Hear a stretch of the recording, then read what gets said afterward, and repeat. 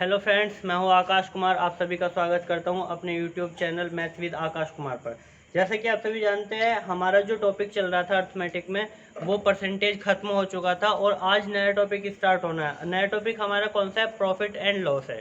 ठीक है, हमारी जो सीरीज चल रही है, जब से अभी हमारा सीपीओ का नोटिस आया जो, उसमें अभी जो फॉर्म है ऑनलाइन स्टार्ट हो चुके हैं। ठीक, तो हमारा क्या चल रहा है, अभी हमने दो पार्ट में बांट लिया, यानी मैथ का जो अर्थमेटिक पार्ट है उसको हम एक दिन कराएंगे और एक दिन एडवांस का चलेगा, यानी एक दिन एडवांस होगा और एक दिन अर्थमेटिक होगा। अभी हमारा कल जो पार्ट हुआ था अलजेब्रा का पार्ट 1 था, यानी एडवांस का जो टॉपिक था अलजेब्रा का पार्ट 1, वो कल हो चुका है। ठीक है, आज जो हमारा होगा अगला टॉपिक होगा अर्थमेटिक का प्रॉफिट एंड लॉस। ठीक है, इसका पहला टाइप देखते हैं। पहला टाइप हमारा क्या है? बहुत से बच्चों की क्वेरी भी आ रही थी कि बोथ लैंग्वेज में कराओ, यानी बाइलिंगुअल कराओ, हिंदी और इंग्लिश में कराओ, क्योंकि कुछ बच्चे इंग्लिश में पढ़ने वाले होते हैं और कुछ बच्चे हिंदी में पढ़ने वाले होते हैं। तो आज से जो हमारे जितने भी क्वेश्चन होंगे, जितनी भी वीडियो होंगी, वो बाइलिंगुअल होगी। ठीक है, तो क्वेश्चन देखते हैं। हमारा पहला क्वेश्चन क्या है कि 36 किताबों का लागत मूल्य 30 किताबों के विक्रय मूल्य के बराबर है, तो प्रतिशत लाभ ज्ञात कीजिए। इंग्लिश में भी देख लेते हैं, हमारा क्या है। The cost price of 36 books is equal to the selling price of 30 books. The gain percent is, यानी क्या कह रहा है कि 36 किताबों का लागत मूल्य 30 किताबों के विक्रय मूल्य के बराबर है। ठीक है, अच्छा एक चीज़ समझते हैं, पहले हम थोड़ा सा कुछ समझ लेते हैं प्रॉफिट एंड लॉस के अंदर। भाई, एक होता है हमारा कॉस्ट प्राइस, एक होगा हमारा मार्क प्राइस और एक होगा हमारा सेलिंग प्राइस।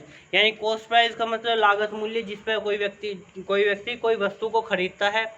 मार्क प्राइस वो होता है जिसको हम एमआरपी बोलते हैं, यानी सूची मूल्य या अंकित मूल्य, जो उस पर वस्तु पर जो छपा रहता है, यानी प्रिंट रेट होता है, वो बोलते हैं हमारा मार्क प्राइस। ठीक है, सेलिंग प्राइस वो होता है जिसको हम जिस रेट पर हम किसी वस्तु को बेच देते हैं, तो वो क्या होता है? हमारा सेलिंग प्राइस होगा। ठीक है, तो जब भी हम कभी अगर हमें ये देखना हो कि लाभ कितना हो रहा है और हानि कितनी हो रही है, ठीक है, तो वो हम हमेशा किस चीज़ पे देखेंगे? वो देखना है हमें कॉस्ट प्राइस पे, यानी लागत मूल्य उस पर कितनी है। लागत मूल्य पे ही हमारा क्या देखा जाता है? लाभ या फिर हानि। ठीक है, अब हम देखते हैं क्या है। भाई वो कह रहा है क्या कि 36 किताबों का लागत मूल्य यानी सीपी, कॉस्ट प्राइस, 36 किताबों का सीपी 30 किताबों के 30 किताबों के एसपी यानी सेलिंग प्राइस के बराबर है।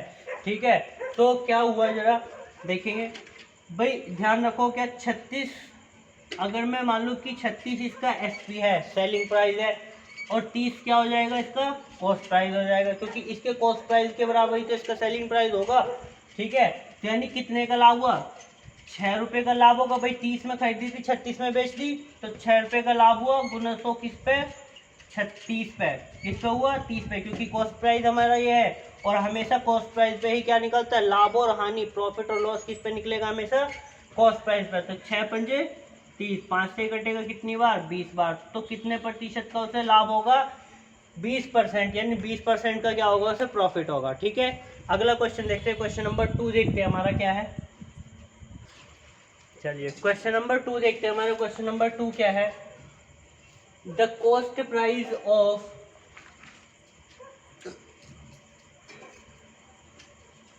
the cost price of 15 articles is same as the selling price of 10 articles. The profit percentage, यानी क्या कह रहा है? 15 वस्तुओं का लागत मूल्य 10 वस्तुओं के विक्रय मूल्य के बराबर है, तो प्रतिशत लाभ बताइए। कह रहा है क्या कि भाई 15 वस्तुओं का लागत मूल्य 10 वस्तुओं के विक्रय मूल्य के बराबर है। ठीक है, एक तो हम पहले जैसे ही कर लेते हैं। हमारा जो मेथड है क्या कि भाई मान लिया, क्या कह रहा है वो, भाई 15 वस्तुओं का लागत मूल्य सीपी जो है 10 वस्तुओं के एसपी के बराबर है। ठीक है, तो ये हमारा एसपी हो गया, ये हमारा सीपी हो गया, यानी 10 कितना हो गया? सीपी कॉस्ट प्राइस कितना? 10 है, और सेलिंग प्राइस कितना हो गया हमारा? 15। ठीक है, तो कितना हो गया? ये 5। भाई कितना प्रॉफिट हुआ? 5 हुआ, गुना 100 किस पे हुआ प्रॉफिट? 10 रुपये पे ही तो होगा, क्योंकि कॉस्ट प्राइस हमारा 10 है। 5 दूनी 10, ये कितना हो गया? 50%। कितना हो गया? 50%। ये तो हमारा हो गया। ठीक है, इसको हम एक और तरीके से देखते हैं, इसका बेस समझते हैं पहले क्या है। ठीक है, तो बेस देख लो जरा इसका क्या है। इस क्वेश्चन को हम पीछे से लेके चलेंगे। ठीक है, तो भाई वो सबसे पहले समझेंगे जरा क्या है कि वो कह रहे हैं 10 वस्तुओं के विक्रय मूल्य के बराबर, यानी 10 वस्तुओं का विक्रय मूल्य। अगर मैं देखूं क्या 10 वस्तुओं का एसपी कितना है, मान लेते हैं 10 रुपये है। मैंने मान लिया क्या 10 वस्तुओं का एसपी कितने रुपए है, 10 रुपए है। तो 15 वस्तुओं का एसपी कितना होगा, 15 वस्तुओं का एसपी होगा 15 रुपये। कोई दिक्कत, 15 वस्तुओं का एसपी कितना होगा, 15 रुपये होगा। ठीक है, और 15 रुपये 15 वस्तुओं का सीपी बताना है क्या होगा, 15 वस्तुओं का सीपी बताना है क्या होगा। वो देखो जरा यहाँ पे देखें, 15 वस्तुओं का सीपी 10 वस्तुओं के एसपी के बराबर है। ये सीपी किसके बराबर है, इस 10 एसपी के बराबर है। यानी कितना, ये हो गया मेरे पास 15 वस्तुओं का सीपी कितना हो गया, 10 रुपये। 10 रुपये में खरीदी थी, 15 रुपये में बेच दी, कितने रुपए का लाभ, 5 रुपये का लाभ, गुना 100 बटा किस पे, 10 रुपये पे। तो 5 दूनी 10, यानी कितना आ गया 50, लाभ कितना आया 50%। ठीक है, अगला क्वेश्चन देखते हैं, क्वेश्चन नंबर 3 क्या है। चलिए क्वेश्चन नंबर 3 देखते हैं। क्वेश्चन नंबर 3 क्या है हमारा, if 3 toys are sold at the cost price of 4 toys of the same kind, the profit will be. यानी क्या कह रहे हैं, 3 खिलौनों को 4 खिलौनों के लागत मूल्य पर बेचा जाता है, तो प्रतिशत लाभ क्या होगा, प्रतिशत लाभ क्या होगा। ठीक है भाई, तो अब इसको देखते हैं हम क्या है हमारा एक। तो उसने क्या बोला क्या कि भाई 3 खिलौनों का जो एसपी है वो 4 खिलौनों के सीपी के बराबर है। ये तो कह रहा है कि 3 खिलौनों को 4 खिलौनों के लागत मूल्य पर बेचा जाता है। तो मैं कह सकता हूँ उसका सीपी कितना 3 है और एसपी कितना 4 है। तो यानी कितने का लाभ, 1 रुपये का लाभ गुना किस पे, 100 पे, गुना 100 किस पे है, 3 पे, क्योंकि कॉस्ट प्राइस कितना है 3।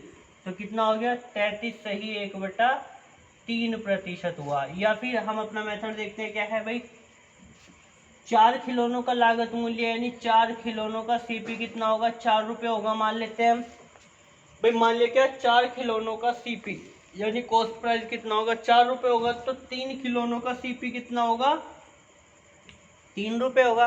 3 खिलौनों का सीपी कितना होगा, 3 रुपये होगा।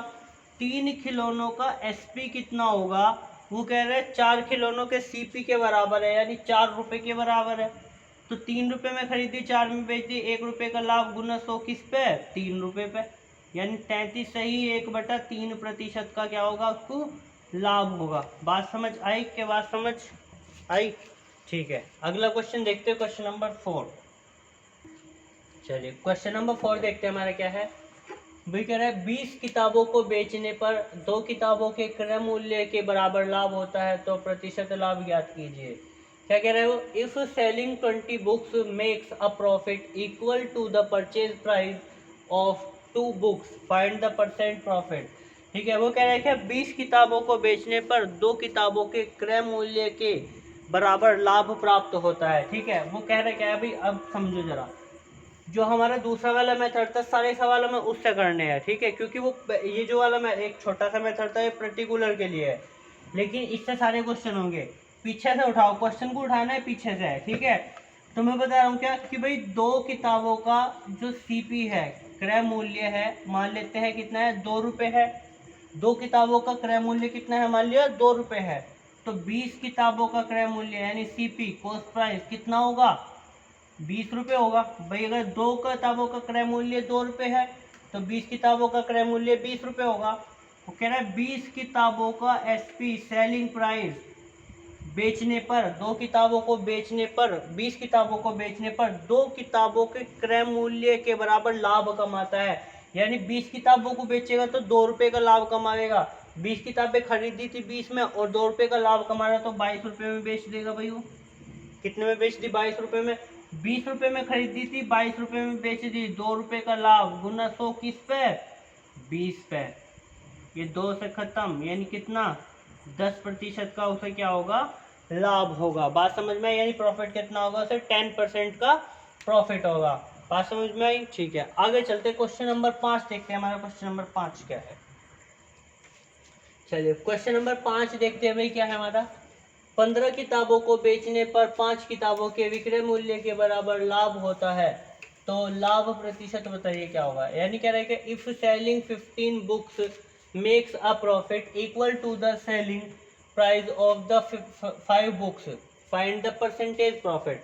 कह रहा है कि 15 किताबों को बेचने पर 5 किताबों के विक्रय मूल्य के बराबर लाभ कमाता है। यानी कह रहा है क्या, मान लेते हैं क्या भाई 5 किताबों का जो एसपी है मान लिया कितना है, 5 रुपये है, तो 15 किताबों का एसपी कितना होगा भाई, यानी सेलिंग प्राइस कितना होगा, 15 रुपये होगा, कोई दिक्कत।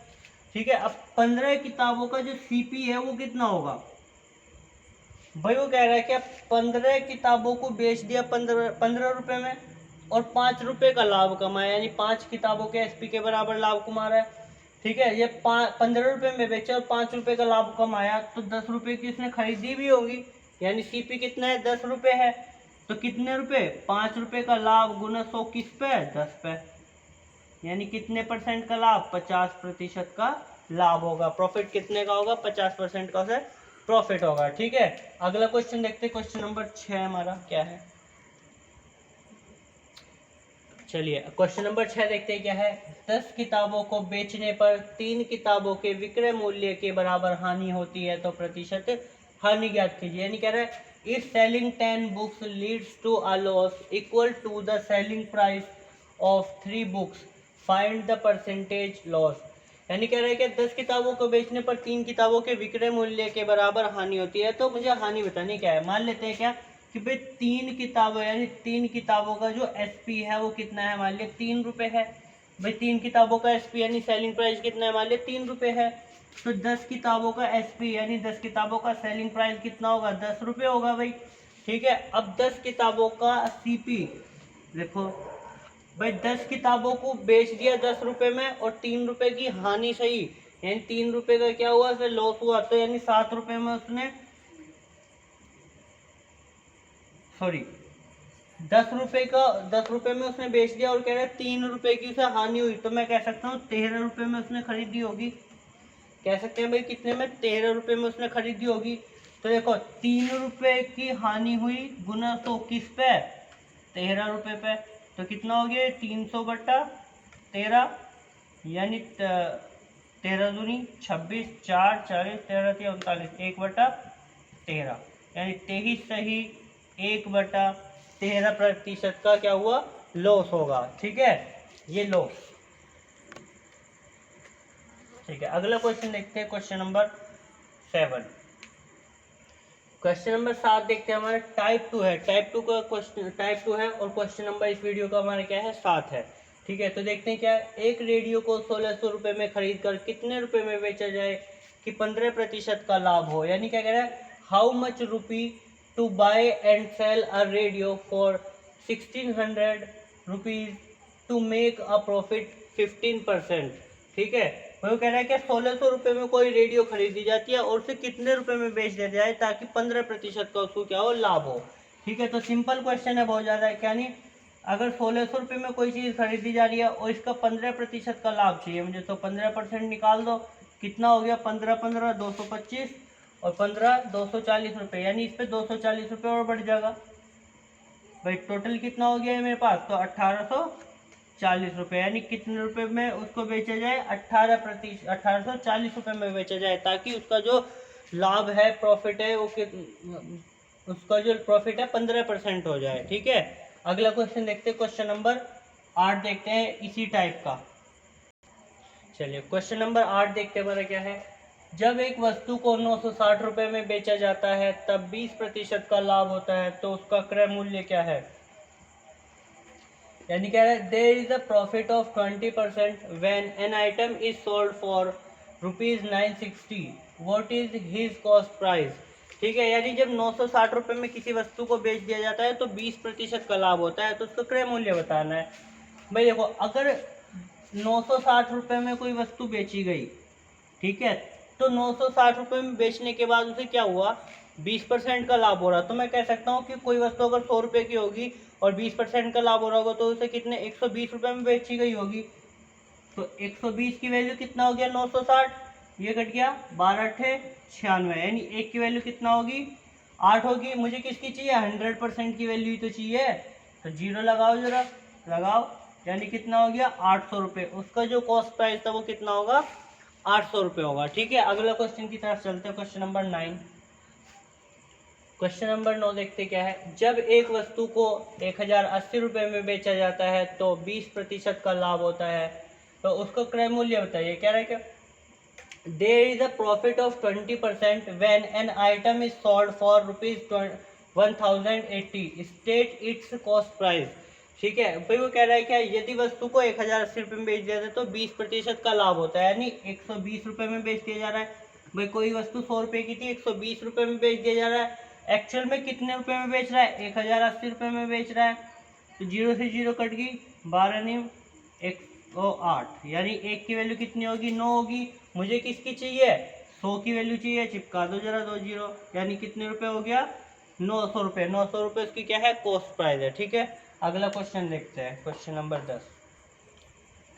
चलिए क्वेश्चन नंबर 10 देखते हैं क्या है। एक वस्तु को 6250 रुपये में बेचा जाता है तो 25% का लाभ होता है, तो क्रय मूल्य ज्ञात कीजिए। यानी कह रहा है क्या, there is a profit of 25% when it is sold, find the cost price is. ठीक है भाई, वो कह रहा है क्या, 25% का लाभ होता है। भाई मैंने मान लिया क्या, 100 रुपये था और 125 रुपये में इसको बेच दिया। 100 रुपये था इसका क्रय मूल्य और 125 में बेच दिया। यहाँ पे कितने में बेच रहा है, 6250 रुपये में। तो एक की वैल्यू कितना हो गया, 5 बार कटेगा, यानी कितना, एक की वैल्यू 50 होगी। 100 की वैल्यू कितना हो गया, 2 0 लगाओ, 2 0 लगाओ, यानी इसका जो क्रय मूल्य था, कॉस्ट प्राइस था, कितना था, 5000 रुपये। ठीक है, ये हमारी आज की वीडियो का लास्ट क्वेश्चन था।